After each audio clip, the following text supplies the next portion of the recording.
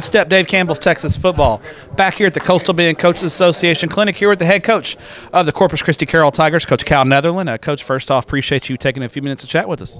Well, heck yeah, it's nice to be interviewed. Appreciate it. You know, come down here and hang out, and talk a little ball and, see what's going on down here and eat some good food down on the coast. And, this clinic, this is my second year coming down here. For you, being a local guy, how nice is it to have a clinic right down the street from you where you can come in, listen to some great speakers? I know you were in there listening to Coach Watkins from Glen Rose earlier, and a really great speaker lineup they have yesterday and today, right? Yeah, definitely. Looking forward. I saw Coach Watkins. I've known him for a long time. Got to see some good things. Looking forward to seeing Riley Dodge.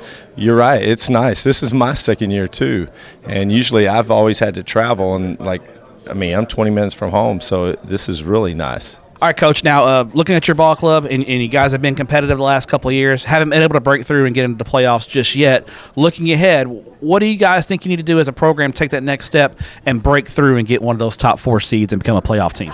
Well, the offseason's got to be very important. We have to have a lot more buy-in. The one thing that's going to help us is we have a lot more kids now. When I first got here, there was 48 kids in the program. So that's 2A, 3A numbers, really. Yes. Yeah, that's what I had at Summerville when I left. But now, over the last couple of years with the new school, our numbers are developing. Now, the junior and senior classes is kind of what I was going to get at, was the remnants of the old. So we were very young this year. Smaller classes overall? Yes. So we didn't have the depth to overcome the injuries that we had, but our district was extremely tough. But now I feel like we have a bunch of starters coming back. We should be really competing. I thought we were going to compete this year. We're just one game out again.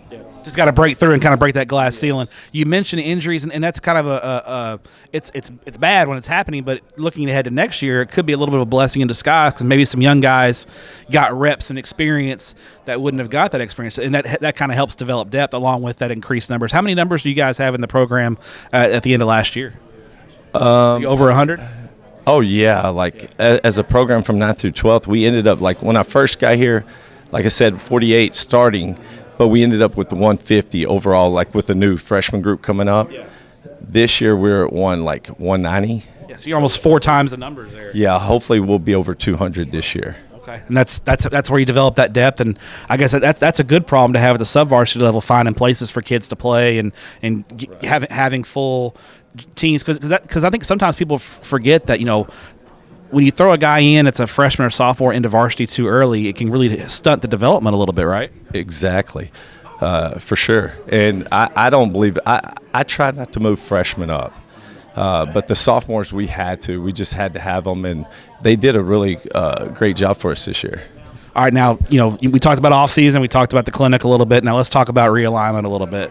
There's some changes within CCISD that are coming up. Right. Vets is going to stay Division I, but the rest of the district is going to move down to Division II. So your district opponents are going to change a little bit, and I think, but just from an overall numbers and depth standpoint, how exciting is that to be in Division II and kind of have a little bit of a shake-up and kind of shake things up a little bit? Well, to be honest, like you said, it's not really going to change us a whole lot because we figured GP is going to be in our district.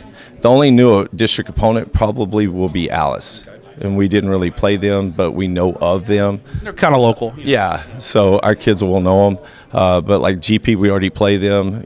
Everybody else is pretty much the same.